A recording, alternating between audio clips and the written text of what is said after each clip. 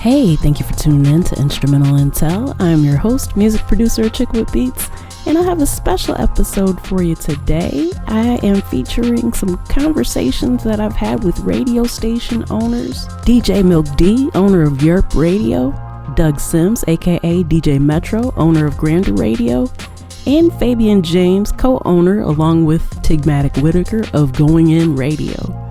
So it's going to be a great time. I'm excited to be bringing this episode to you. And before I go ahead and get started, I want to give a shout out to my home station, Grander Radio out of Grand Rapids, Michigan. And then I'm going to take a quick pause for the cause and then we'll dive right on in. Keep it locked. Hey, I'm a Chickwood Beats, multi-genre music producer and strategist to indie artists and labels. Visit chickwoodbeats.com for resources for artists and instrumentals in various genres available for songs, vlogs, blogs, podcasts, themes, TV, film, commercials, and more. Once again, that's chickwoodbeats.com. That's ACHICKWITBEATZ.com. Let's make something happen. I'm here in the virtual building with the one, the only DJ Milk D. Now, I've had the pleasure of having you on the previous show, Music Marvels, but now that you're here, if you could just give a little bit of background of who you are and how you got into music the way that you are now. Awesome. Well, thank you for having me back, first and foremost. Of course, I'm DJ Milk D. I live in Richmond, Virginia, originally from South Jersey. So once was a northerner, now a southerner. Fell in love with music at a very young age. Thanks to my big brother, Derek, who I call Double D. First introduced me to music, as far as DJing, that is. Always had an ear for music, but the DJing is what changed it all, as well as breakdancing, because I was also big into breakdancing because I like to dance. And I think that's what kind of is cool, because those who know me, I just don't stand there as a DJ. I'm always dancing and moving as I'm DJing. So that all comes from when I was younger, breakdancing and thinking I was Michael Jackson mixed with Prince. Started actually my own company in 2018 called Bourgeois Entertainment LLC. My last name is Bourgeois. So I said, hey, it has a good twist, even though it's hard to spell or pronounce, I should say. Maybe when I was younger, it was hard to spell, but the pronunciation is always a conversation piece. And I said, hey, I'm going to make this the name for my traveling DJ company. So back in 2018, I got my LLC, and I've had my foot on the gas ever since. Started DJing when I was 11. Of course, life happens and you kind of stray away from it. But I picked it back up in 2018. And like I said, I haven't stopped. When the pandemic hit, I was DJing online with another radio station. And that's when my brother and sister-in-law was like, hey, Daryl, we can do this, or you can do this. And we started Europe Radio, which is YU, 3 R's and a P, radio.com. Our radio station, in my opinion, is very unique. There's so many internet radio stations out there, but I feel like we're different because of the wide variety of music that we have. It's a 24/7 radio station. The genres is so wide. It's not just R&B or rock and roll or hip hop. It's everything. Mm-hmm. And I feel like music you just don't hear anymore, you will hear on my radio station. So for the listeners out there, if you've not tuned into your radio, I hate to say it, you're missing out, but you have an opportunity now to go and check it out. Matter of fact, Chick with Beats, you tuned into the radio station. Yes. I'm going to interview you now. What do you think of DirtRadio.com? I love it, mainly for the reasons that you express. One of my favorite things, though, I love also when you kind of chime in and talk, feel like I'm actually there with you and not just like tune in online. But yeah, one of my favorite things is, I guess, the way that you blend songs. Like you can see the connection and your transitions make sense. So it's not like it's different enough to be unpredictable. But then, like as soon as you get into it, I'm like, I see what he did there. Like, okay, that's connected because of this. And this person used to work with this person. And so, yeah, like you have an art to it. And that's my favorite thing about tuning in. So, yeah, I love how eclectic it is. And you can tell that you know your stuff by how you blend. Oh, thank you so much. Means a lot to me. I try my best to reach every listener, because there's an option for people to message me or us to the studio. And I try to, accommodate everyone who's tuned in. I do have my favorite genres, but I try to relate to everyone. So thank you for sharing. Yeah, absolutely. So yeah, with that being said, could you talk a little bit about, and I don't mean like give away your trade secrets or anything like that. You can keep that tucked away, but a little bit to the art and how you approach what you're going to play. Besides the audience, which, I can't see, like when I'm DJing, a corporate event or wedding, or even when I'm on Carnival Cruise Line, in the studio, I can't see anyone, of course. So, when people hit me up and say, hey, this is so-and-so from Louisiana, I'm like, okay, I got to play some music from down south. It might be Lil Wayne, or it might be some Zydeco, something like that. If somebody says, oh, I'm from Miami, I'm thinking, like Khaled and, things like that, some reggaeton. But off of that, I go about how I'm feeling. So, even going to work in the morning or coming home in the evening, however I'm feeling at that moment is what I play in the car. So it's the same when it comes to the radio station. I will create a playlist, even for like a wedding. I go through the regular routine, the traditional formalities of a wedding, but then when the reception takes place, I basically can play what I want, but I also kind of play like how I'm feeling. So, maybe that's a bad example about a wedding reception on how I'm feeling. So I read the crowd. So I'm gonna go back to the car and things like that, because for a wedding reception, you do have to read the crowd to see who's out there. But like, you like hip hop. I like hip hop too. That was my first love.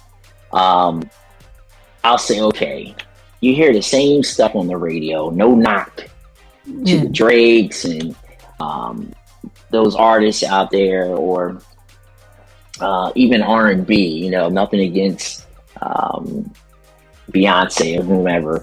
I try to play something you just don't hear anymore, and then I try to balance it out, if that makes sense. I might play some Run DMC, but then I may come back with like some like Drake, like I mentioned, or I may play a little Jill Scott, and then I may come with some J. Cole or some Beyonce or something. I just try to be different, but also I balance it on how I'm feeling when I'm DJing or when I'm in the car. So yeah, just the vibe I'm feeling. Now today's show was about Prince. So Prince has so much music. Yes. But I was feeling, in the beginning, just like some mellow Prince. And then I picked it up with some Erotic City and things like that, just on what I'm feeling, Yeah. Yeah. And so, I think can't help but wonder if that's why your sets resonate with so many people, because you're playing how you're feeling. So you still got this authenticity about what you're doing, even playing the mainstream stuff and knowing when to do it and then to balance it out with something else. So yeah, I gotta say, I imagine that's why your sets resonate so well. Thank you. Yes. Balance is so important. When you're playing music, you don't want to go way left and not bring it back to the middle before you get to the right. For example, I know a couple of weeks ago I played a lot of hip hop, but I tried to play some 70s, some Sugar Hill. I went into some 80s, Beastie Boys, and then I went into like some Biggie in the 90s. But I stayed hip hop for a while. Then I went back to the 80s. I think you were on one time. I played like Light. I'm a big MC Light fan. So it might have been the same genre. Yeah. Oh yeah, I did play some BDP, some Boogie Down. Yeah. I'm a big KRS-One fan. Oh my gosh, Criminal Minded, and oh man. And then recently, I'm just thinking about DJ Red Alert. He was following him on Instagram and the hip hop team and stuff like that. He was talking, and it just made me go back, and I'm thinking about DJ Red Alert when he was young. He was bad, man. And you got me thinking about those classic hip hop tunes. Oh my gosh, man. They just don't make music like that anymore. They don't. I confessed recently that, some people are like, oh, what do you think about this new stuff? And I do check it out from time to time because, I got to be aware. You got to see what people vibing to and whatnot. But 90% of the time, it's either in the 80s or 90s in my car. Like, that's just, that's what I gravitate towards. I will check out some new stuff, sometimes a little early 2000s or whatnot. But yeah, that era was definitely something special. And one thing that I really appreciate about it now is because, I was so young coming up through some of that stuff that I knew it and I liked it. But listening back on it now with a better awareness of the world, and kind of getting to relive that stuff, but have a deeper understanding now that I'm older. And, man, yeah, that era was just something else. I'm partial to it too. It was fire. Yes. And see, I have a daughter that's 26 and a son that's 23, and, they can't relate. I'd be telling them, I say, guys, man, this is X, Y, and Z. And they're like, okay, Dad, but man, it wouldn't, this generation wouldn't be where it's at if it wasn't those pioneers, even though they sound nothing alike, some of this stuff gives me a headache, but, as a DJ, I mentioned earlier, you have to read your crowd, and which means, for those who don't know what that means, is your crowd. You can't play your favorites and expect to be asked to DJ again, because word of mouth can make you or break you. So, you gotta read the crowd, know your crowd. Yeah, for sure. Yeah, I've actually been to events where, and I don't remember the specific songs, but I mean, he was playing something that had the dance floor just packed, like one of those hustle type songs. I can't remember what was popular at that time. And immediately went to a slow song. I've never seen the dance floor clear out so quickly. And it's like, yeah, that's a good song, but maybe everybody doesn't want to hear that right now. So yeah, that's a really bad timing. Yeah. Yep. Yeah. Yeah.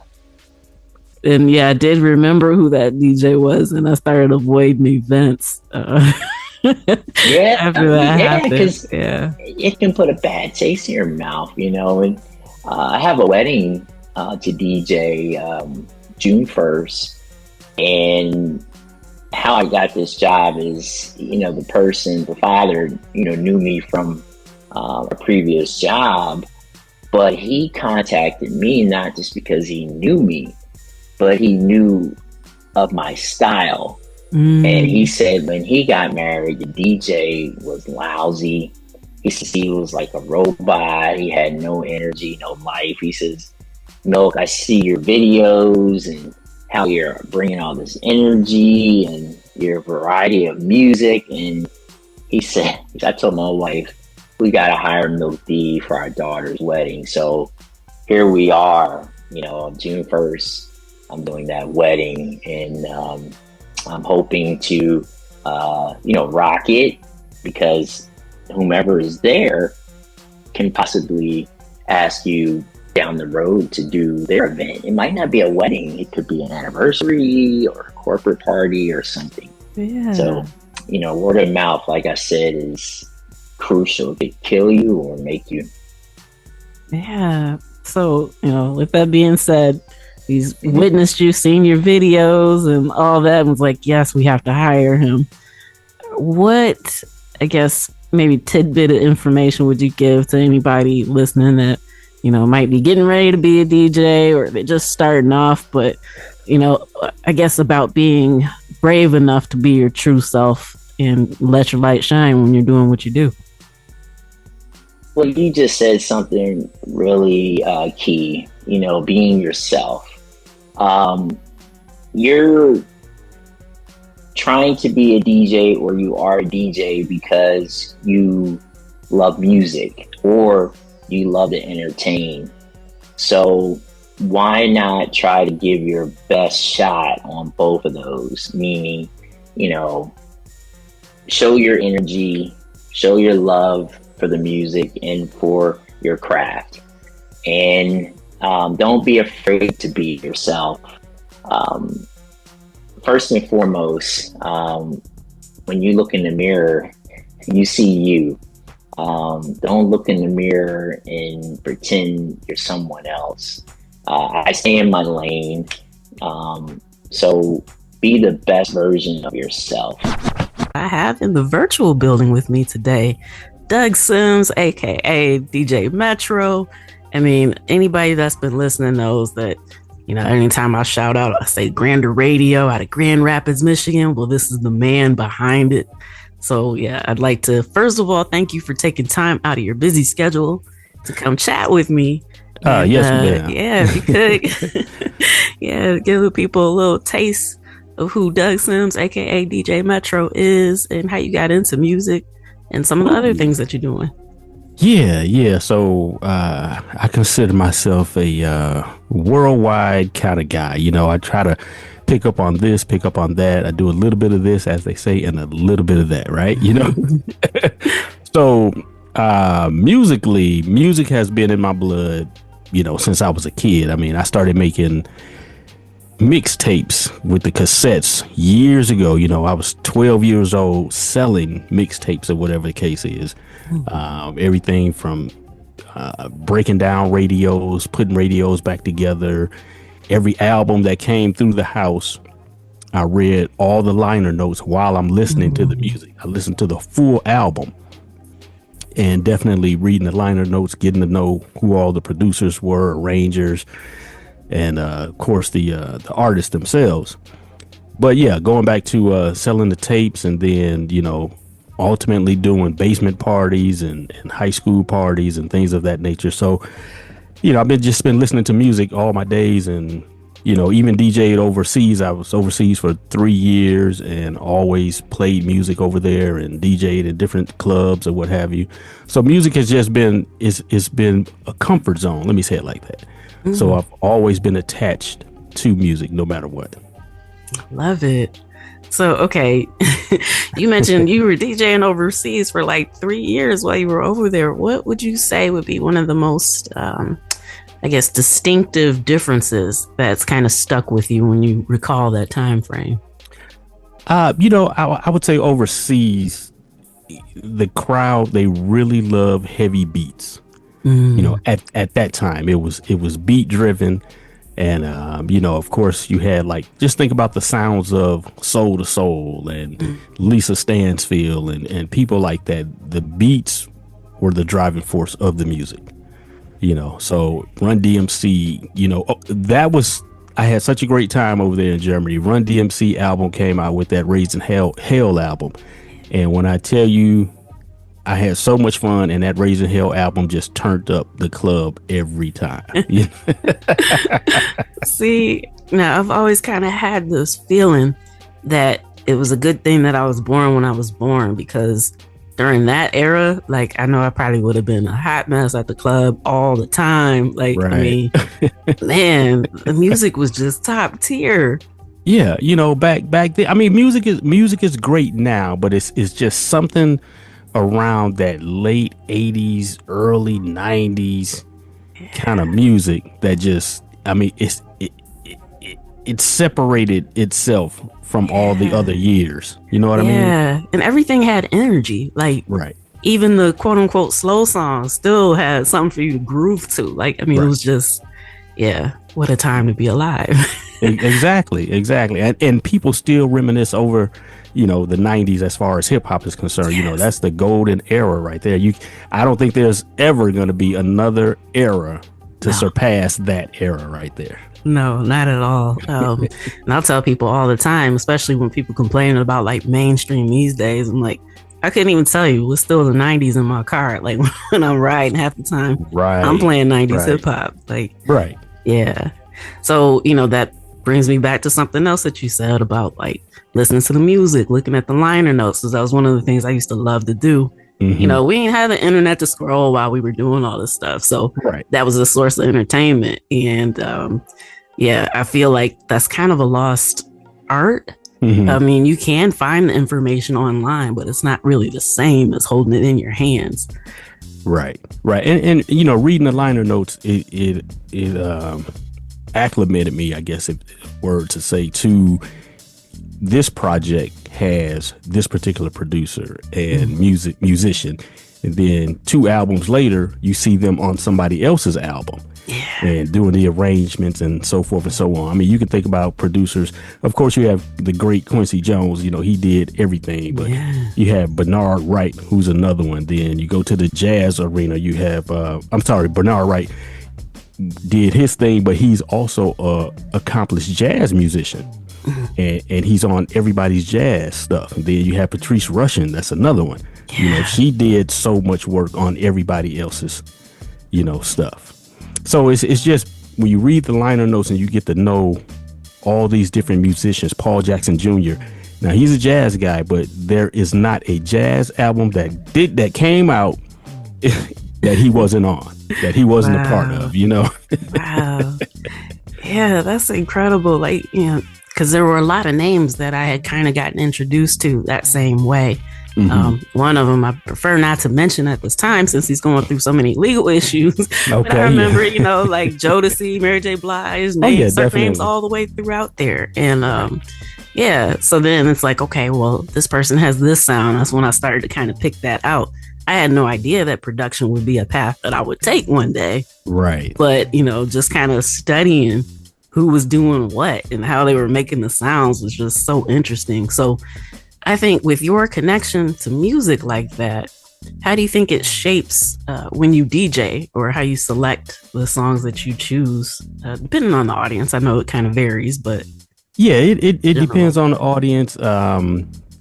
it depends on time frame of the season as well. I think that summertime calls for a different sound, than a winter time. And summertime is heavy beats flowing, smoothed out, and I like to blend R&B with the hip hop, so some hip hop is just a little bit too hip hop for me. You know what I mean? Yeah. So this is the type of hip hop that I like today. If you think about Rick Ross, his music is so crazy. It's great. But it's so smooth. You know what I mean? Mm-hmm. I love Rick Ross's music when it comes to hip hop. Even Future has some great music. Mm-hmm. So I just like, and I just love blending the two together. Gotcha. Yeah.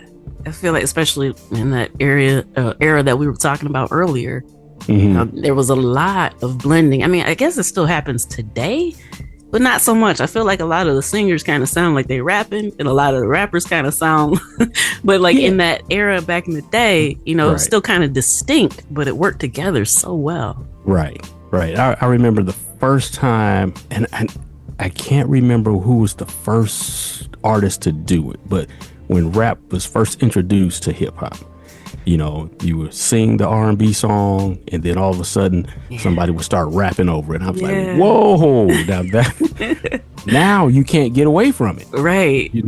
Yeah. So that was, whoever thought about that transition was a genius. Yeah, because it definitely stuck. That was another thing I really liked about that era. So, like every R&B song that was at least a single typically had a rap verse on it. Right, exactly. So, or, a lot of rap songs had singers on the hooks. So, it was always like a nice blend. And, that's actually one of my favorite things to do when I do actually create, is to kind of do both. I don't consider myself a singer by any means. Right. But that's not going to stop me from doing it, especially if I hear a melody in my head. Exactly. So, especially as a DJ, I have so much respect for DJs, because personally, as much as I love music, I know that I couldn't DJ because I wouldn't care about reading the crowd and all the little nuances that y'all got to do. So, can you talk a little bit of like what that's like for you? How you're able to read what's going on and adjust and adapt and keep the people vibing. Well, you definitely have to see what moves them. You know what I mean? So let's say there's a transition period. You may start off slow, meaning not slow music, but more mid-tempo kind of things, and you see how the crowd reacts to that, and then you may pick up the pace a little bit or what have you, and then you kind of go back and forth between R&B and hip-hop, old school hip-hop, old school R&B, and just try to feel in the beginning what the crowd is picking up on. And if they're picking up on that old school and some of that new school hip-hop, that's the way you run it then, because you can play a new cut today, and you can rock it and rock it and rock it. But if you come back with a banger of an old school joint, they're gonna just jump up. It just puts me in the mind of that song, "Jump Around," jump around. Yeah. And so when you throw an old school joint in there that was a banger, the crowd is gonna definitely get hyped. Yeah. And you just kind of read it that way. That's the way I read it anyway. Okay, that makes sense. I've been to, I guess, occasions or events to where sometimes you could tell that they weren't necessarily reading the room, but they probably had a playlist in mind. Right. So you see everybody out there kind of hustling, stepping, and then all of a sudden the slow song comes on. The crowd just clears out. So and that's one thing that a good DJ will do. He will forget that playlist. You know what I mean? Just forget it. A lot of times you have to. I mean, you can have your playlist, but a lot of times what I like to do, I just come off the top of my head, because I can hear a song, and then I can hear a song that'll go really great with it, that'll move the crowd. And then I'll just bring it in. and so forth and so on, and just keep it going that way. But it's okay to have a playlist. I just don't like having it right there in front of me trying to use it. You know what I mean? Right. Yeah, that makes sense. It's just a reference, to get to a certain point. Because if I'm trying to go from 106 beats per minute and I need to get up to 120 something, then I can see what all music fits in. I like to work within a 10 point range. So if I can go from 110 to 120, I can blend those in with no issue, which saying that the song transition and the pitch won't be so far off. Yes. That is one of my biggest pet peeves. Yeah. Sometimes you might be scrolling social media and people like have all these fire emojis on there. Like, y'all can't hear, that's the wrong pitch. Like, right. Yeah. I was like, maybe it's just me. So it's funny that you say that. And thank you for confirming that. Yeah. I'm not just in my head about it. I hate that so much. Yes. So, okay. You've got all this experience with DJing. Exactly what led you to begin Grander Radio and doing your own thing? Yeah.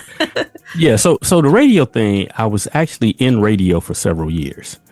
And while I was working at a radio station, I told the owner, I said, hey, I'm going to go ahead and start my own online radio station. And he was okay with it. He didn't give me any grief or anything. He was like, okay, cool. That's fine. And so I let him know, and I went ahead and I started doing it. And, my genre that I listen to more so these days is R&B, neo soul, and things of that nature. So my biggest show at the time was called Liquid Lounge Radio. And I mean, anybody that fit in the genre of neo soul, of course, the R&B, that's what I played. And I still play that show still goes on today. But I started it because I wanted to introduce, I really got tired of hearing people say or sing. All they song was Jill Scott, Erykah Badu.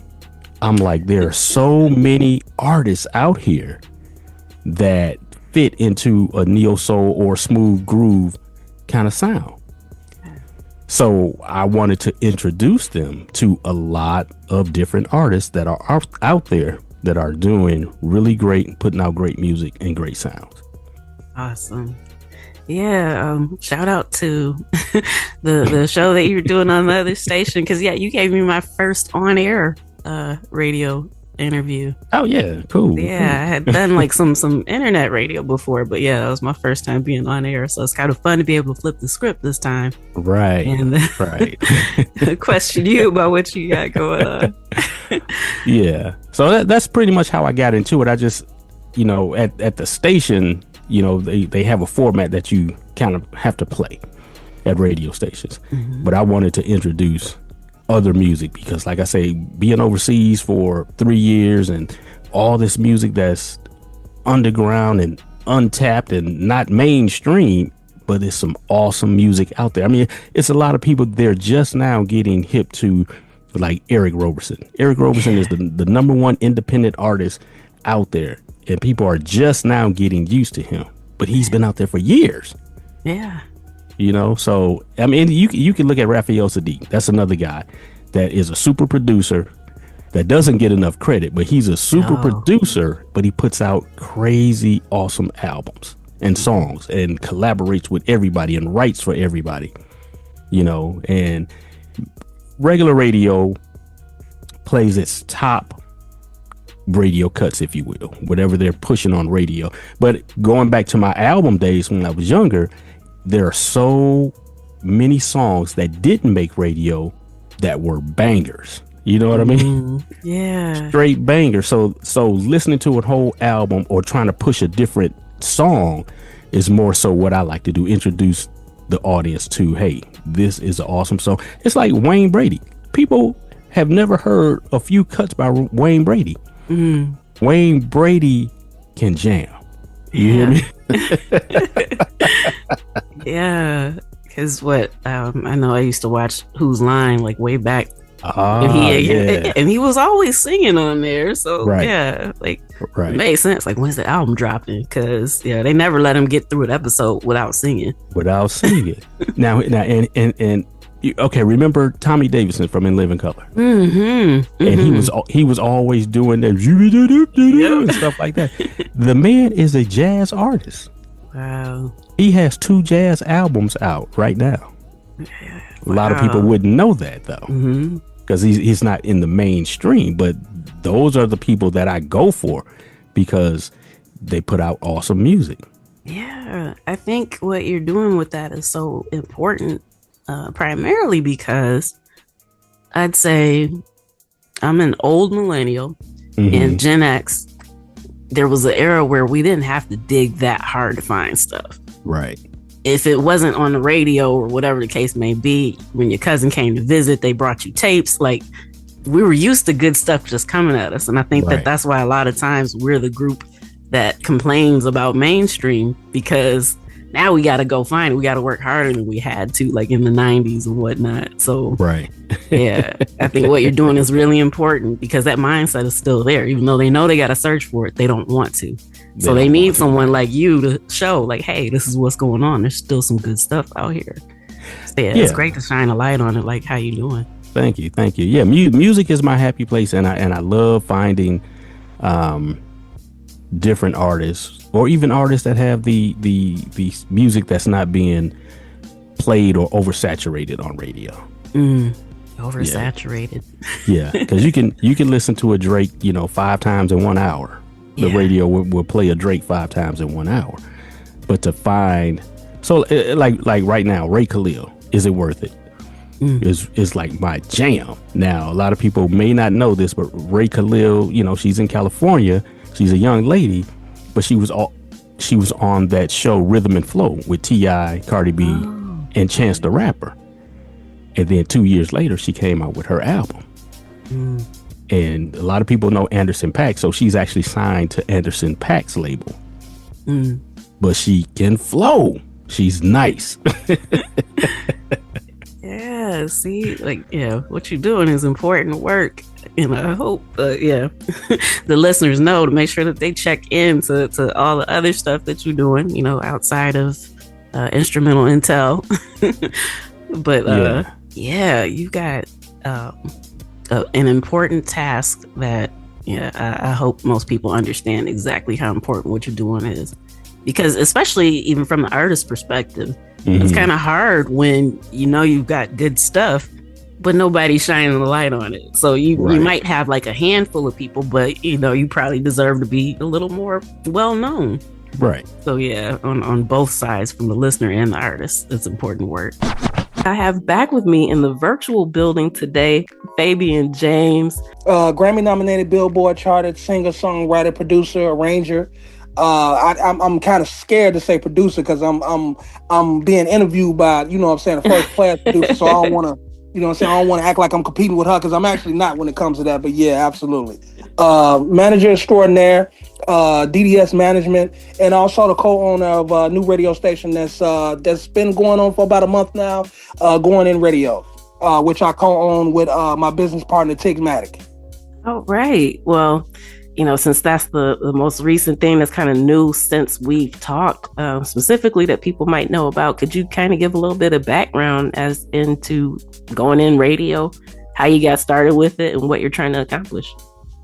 Yes, absolutely. Well, Going In Radio was a brainchild that was brought upon by my business partner, Tigmatic. Me and him was both with a situation with another radio station. I don't want to mention the name, but they kind of played us, so to speak, on some things and whatnot. They sold us some dreams and it came out to be something other than that. So when we got from up under that situation, Tigmatic brought it to my attention that, he came up with this idea, like, Fabe, with your connections and the people that the people that you talk to on the daily and the people that I talk to and the people that I've met in my time of doing my podcast show, why don't we just put our heads together, pause, and start a radio station? So I was like, I got to sleep on it a little bit. I got to, kind of because I got a lot going on. You know what I'm saying? I'm not trying to brag. You know, I'm blessed, but at the same time, you know, radio station is a big responsibility, and I wanted to be sure that that was a weight I could carry. So I told him, you know, I'll sleep on it, meditate on it, pray on it, which is what I do with everything that I do, and of course, talk to my wife about it before I make the decision. Because you know she's the ultimate boss lady. You know what I'm saying? So I gotta run things past her before I say yeah or nay or anything. And I would say roughly like the next day, like 4 a.m, I called him and told him let's do it. So we started putting the progress through. You know, got the logo and everything, kind of set everything up. Like I say, it's been going on for about a month now. So we're doing pretty good with it. We're doing pretty good. Our listeners is growing. As of the last time I checked the analytics on Thursday, our listeners has went up 444%. Ooh, that's incredible. Congratulations. And also we have listeners that's coming in from Alaska and Canada. And, you know, other places too. But, of course, being where Alaska is and Canada is, that's kind of big for us because that means that, you know, it's our reach is kind of expanding a little bit. So we're kind of... you know, we're definitely proud about that. All the other places and cities and, you know, states within the United States that's listening to us, we appreciate you. Salute to each and every one of y'all. But when you hear about certain places that then tuned into our show, even if it's for a song or two, that's huge for us because that shows progress. And for us to be about 30, 31 days into it, that's a lot of progress. So when you're a child of God, you know, he protects his children. So that's what that's all about. Yeah, that is incredible. So, okay, as you know, most of the people that listen to the podcast are involved with music in some way, shape, or form, some form of creators. And so for anybody that's thinking, okay, how can I be on? You know, are you accepting any submissions? What advice do you have for them and how can they possibly do that? Absolutely. As of right now, and I don't know how long we're going to be doing this, Queen. I can't lie to you, so I don't want to give you a date and then have to fall back on it because I hate to, you know, give out false, you know, dates and stuff like that. But right now we're doing free submissions for any music, either clean or dirty. You can send it in to our email address, goinginradio365@gmail.com. And also in the caption, because of the fact I like to give credit where credit is due. If you're sending your music in because of the fact you listened to this podcast and you heard this interview, please put that in the caption so I can know, so I can let Queen know that, you know, okay, it's because of you that this artist is on and they had this excellent music that's on the radio station and we're playing it right now. We got it in regular rotation. Also, I would strongly advise for everybody to send their music in, make sure all your music is registered. So that way you can get, you know what I'm saying, what you need from the spins and stuff like that, because it's not just about people hearing your music. You also want to collect what you need to collect off your creativity. So you don't want to do anything unless you're agreeing to do something for charity purposes or what have you. And in a lot of cases, a lot of people take advantage of that, but that's a different story for a different day. But, you know, whenever you're doing something creative or whenever you're doing anything, you want to be properly compensated for it. So just make sure it's that. But definitely send your music in. We'll listen to it. We'll let you know what we think about it. We'll spin it. And like I said, we're not quite sure how long we're going to be doing it free, but we're doing it right now. So that's also our way of introducing ourselves, but also saying thank you to the artists for trusting us to send your music to us for us to play for you. So that's the reason why we're doing it right now. Yes. Are there specific genres that you're kind of highlighting right now? We're looking for everything. Gospel music, jazz music. I had to kind of go back and forth a little bit with my business partner about it because I'm a big rock fan as well. My favorite all-time rock group is Queen. So, you know, anything that got Freddie Mercury on it, I'm playing it. You know I had no idea. That's awesome. Yeah, I love Queen. When Bohemian Rhapsody dropped in the movies, I was the first one there. I was the first one there. Had my popcorn and my cherry Pepsi. I was ready because I already knew that was going to be an excellent movie. When they won the award, my wife thought I was going crazy when they named my man to win the award for the Oscar award for that, because I knew how beautiful that movie is, and I got extra excited when I heard that they're making a sequel to that movie. Oh no, I didn't hear that. Yeah, it's going to be following Freddie Mercury's last days. Basically, directly after the first one. Yeah. Basically, his last few days, and when he succumbed to to the disease that he had or what have you. Yeah. So they're working on that now. Okay, no, I didn't know that. And yeah, that was a phenomenal film. Great movie. Great movie. Phenomenal band. So yeah, I feel you on that. So talented. Okay, so you accepting some of everything right now. That's awesome because, like I said, a lot of the listeners kind of do a little bit of everything, kind of eclectic. So yeah, even I guess in general, even if it's not specifically for your station, but since you now own a station, do you have some advice on some do's and don'ts when artists submit music in general? Well, we're only doing it because as of right now, we're not affiliated with anybody, but within the next, I would say within the next 90 days, we'll be affiliated with iHeartRadio, so we won't be able to accept any music with any profanity on it. But that's bringing me exactly to my point. When you submit music to radio stations, you don't want to have any kind of profanity in it at any point in time. They will not listen to your music. If they hear it, they're going to stop it. They're not going to play it. And a lot of them not even going to let you know the reason why they're not playing it. They're just not going to play it. So you want to make sure that all your music is clean. You want to, when you go into the studio or you record, and I tell my artists this, so trust me, this isn't, something I'm just telling y'all. I tell my artists this too. When you go into the studio or record something, I get it. You want to get everything off your brain on the record, but at the same time, have that engineer figure out some alternative words for them curse words, or figure out some creative way for it to be kind of etched out or whatnot. Just make sure that you have a radio edit before you leave out of that studio. After the mixing and the mastering is done, make sure you have radio edits for it. And also for those artists, me and Queen kind of talked about this off the interview, but how people feel like that the DJs is a dying art, and I want to say to that, I don't know what fool told y'all that, because the DJs is still the medium between an artist and the industry. Yeah. Because DJs still breaking records out here. I managed a DJ for 6 years. DJ Reese, shout out to my boy DJ Reese, the official DJ for Lil Durk and Tink. He broke Lil Durk's record. L's up. You know what I'm saying? So he broke his record in the club. And I'm not going to necessarily say he was 1000% directly the reason why Durk broke, became the artist that he became. And free Lil Durk till it's backwards. I know he's going through some time right now. He's definitely in my thoughts and prayers. I met that brother a couple of times. Very good brother. But at the same time, if it wasn't for Reese playing his music, a lot of people wouldn't have got up on it. And he wouldn't have gained the momentum that he gained. So a DJ is a vessel. Anything that deals with the music, you have to, the DJs, the podcasters, the radio hosts, the radio station, stuff like that, all of those are what you call a Voltron. It all creates one big thing. So you have to utilize those to example. And I just hate this microwave age that we in, where people want to just go straight to something and they don't want to put in the work. I say a person that says that the DJ is a dying art form, that's because of the fact that y'all lazy and y'all don't want to do the footwork. Because that's what it's all about.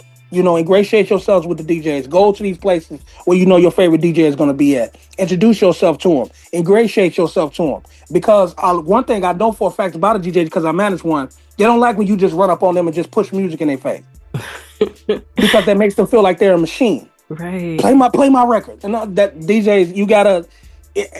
I know this is gonna sound kind of crazy, but it's kind of right on time given the fact we're in the month of Valentine's Day. You gotta date them a little bit. You gotta talk to them a little bit. How you doing, DJ? How's it going? You again? Yeah. You saw me the last 3 places you was at. Yeah, how you doing? I'm actually an artist. I actually have some music to submit to you. Do you mind giving me your email address or your social media or your IG? You know what I'm saying? So you gotta do that. You gotta put the work in. You gotta put the work in. I trust me. I'm speaking from experience. I know how this works. Because the DJ will take your music from and they won't play it. So that's what I'm saying. Like you're kind of at the mercy of the DJ, but you ingratiate yourself with them. They understand how this goes. They understand what this is about. But if you're showing gratitude and appreciation to them, a lot of them will do more good for you than bad. Absolutely. So never eliminate anything in the conquest of you getting to the Grammys, because that's what a lot of people want to do. They want to be there. They want their music to be heard. They want the music to be moved to. They want their music to be touched by. In order for you to do that, you have to follow the proper steps in order to do that. Yeah. I mean, that's an excellent point.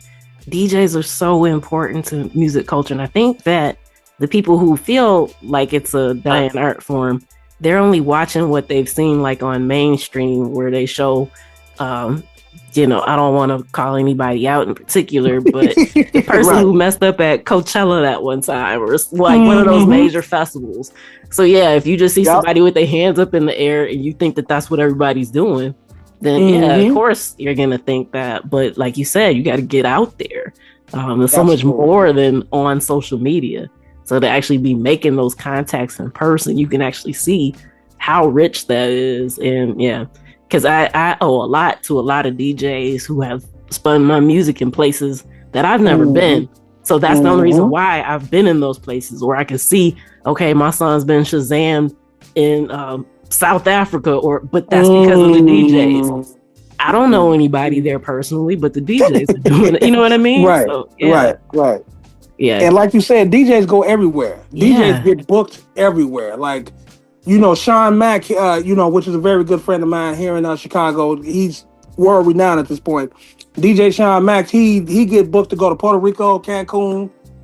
He goes all kind of different places in DJ. And if he plays a lot of his, especially his Chicago artists, he plays a lot of his Chicago artist music while he's all in all these different places. So just like Queen said, can you imagine somebody in a country you've never been, people you've never met before, you've never laid eyes on, is hearing something that you created on your own? Yeah. That's a beautiful feeling. Trust me. I gotta have a Grammy nomination.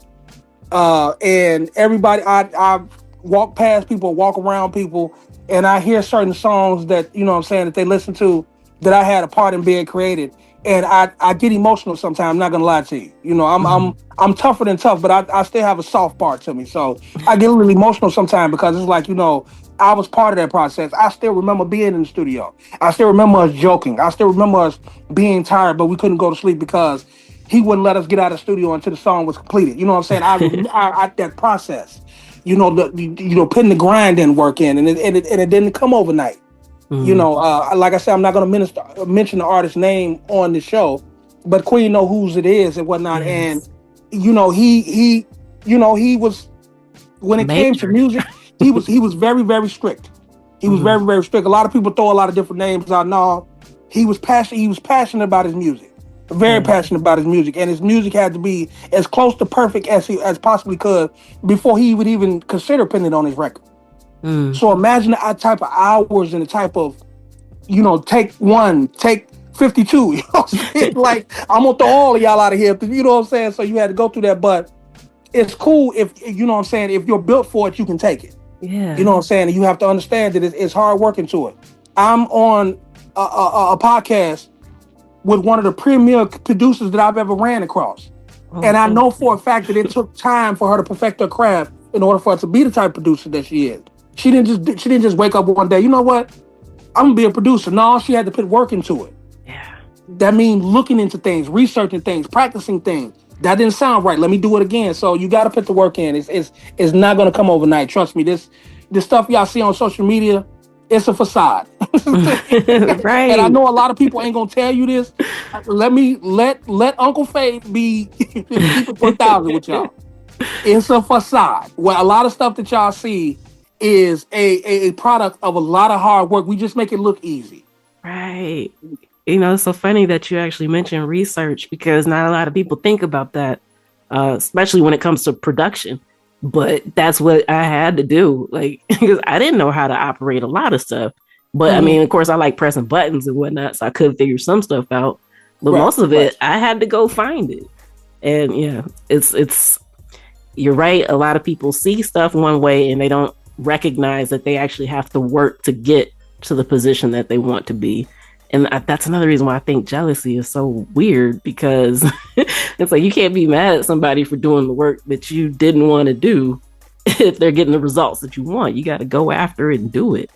It's the jealousy thing, because this industry is so, I love it with everything in me, but I love it because of the fact that I love music first and foremost. Like, music is, I know a lot of people talk about music, and I feel like Queen is like this as well.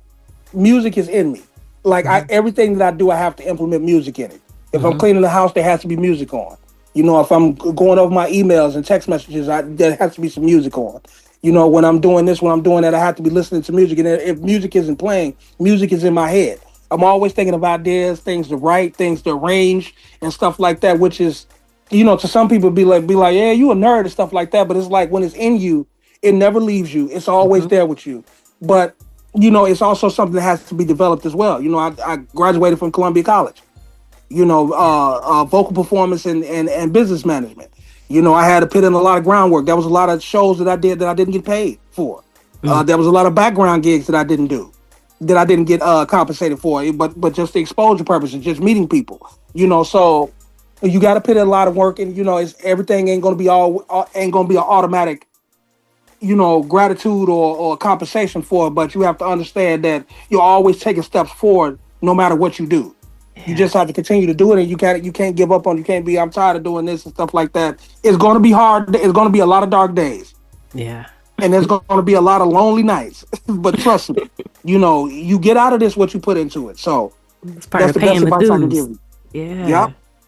Yep. Speaking of advice, so you mentioned that you're accepting all types of genres, but as far as songs go, we kind of talked about this ahead of the interview, but for people who are thinking maybe you're looking for a trending sound or what's popular in mainstream music, what do you have to say to that?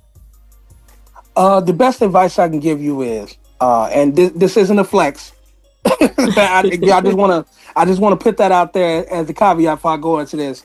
I had a conversation with a young lady who some of y'all may know, y'all may not know, but she may not be all that big to some of y'all, but Miss Sylvia Rome, who is the CEO and owner of RCA Records. She's a legend in the music industry.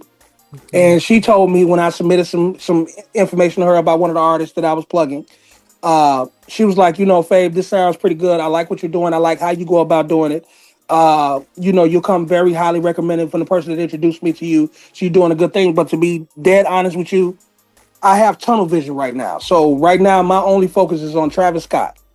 And the reason why my focus is on Travis Scott, even though I have a lot of other artists on his record label, is because not only is he a multi-talented, lyricist and producer, he don't sound like nobody else that I hear out here.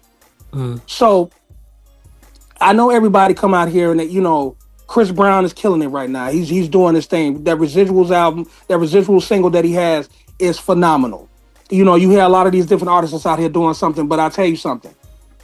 The record labels isn't looking for the next. They're looking for the first. They're still looking for the first. So you trying to sound like him, you trying to, sound like Trey Songz, you trying to sound like Summer Walker, that's not going to work for you. They already have them. So what they're looking for is a first version of you. So here's a few things that Uncle Faye will pass on to y'all. And like I say, usually I charge for this type of advice, but because of the fact I'm on my family show, I love her so much. I appreciate it. Much gratitude to her having me back on. This is my second time on this show. Hopefully the second of many other times that I'll be back on the show because I got a lot of stuff to say. Definitely. But we'll just keep it in this pocket right now. I've had labels tell me this as well. It's always best for you when you're writing to have multiple songwriters in a room together. Create with other people. So instead of just one songwriter, let it be a group of songwriters. Let it be a creative. And by me being an old school guy, what I relate that to when a person from the label told me that was, and of course I'm showing my age in this because this was back in the early 90s, the Swing Mob. A lot of people not familiar with the Swing Mob, but the Swing Mob consisted of Devontae Swing, Timbaland, Missy Elliott, Genuine. Now you notice all them names that I said, you like, oh yeah, I know them, they was good solo artists. Yeah, but they came out as a group. Yeah. Devontae Swing went off and got with Jodeci. You know what I'm saying? Him and his brother got with Casey and JoJo and they created Jodeci. Genuine went off and did the things he was doing. Missy Elliott, yeah, she was, you know what I'm saying, always. Sister. Exactly. Doing features and stuff with people and stuff like that, but then she went off and did her own thing. And we all know what Timbaland doing because he's still doing it. Yeah. But it all started out as creative, and it wasn't necessarily a group. It was just a bunch of creators in a room together making dope, hot music. So that's what it comes from. So that's a lot of things that labels would recommend that artists do. Just be a group of y'all in a room together, sitting down and writing things. Hey, I'm a Chick with Beats, multi-genre music producer and strategist to indie artists and labels. Visit achickwithbeats.com for resources for artists and instrumentals in various genres available for songs, vlogs, blogs, podcasts, themes, TV, film, commercials, and more. Once again, that's achickwithbeats.com. That's achickwithbeatz.com. Let's make something happen. All right, and that's a wrap for this episode of Instrumental Intel. I've been your host, music producer, Chick with Beats, and I want to thank you for tuning in. Once again, as always, I appreciate the guests for coming on and sharing their insights, and I'd like to thank my home station, Grander Radio, out of Grand Rapids, Michigan. Make sure you come back next week. I got more goodness lined up for you, so till next time, you know where to find me. Tune in, tell a friend, and I'll see you then. Peace.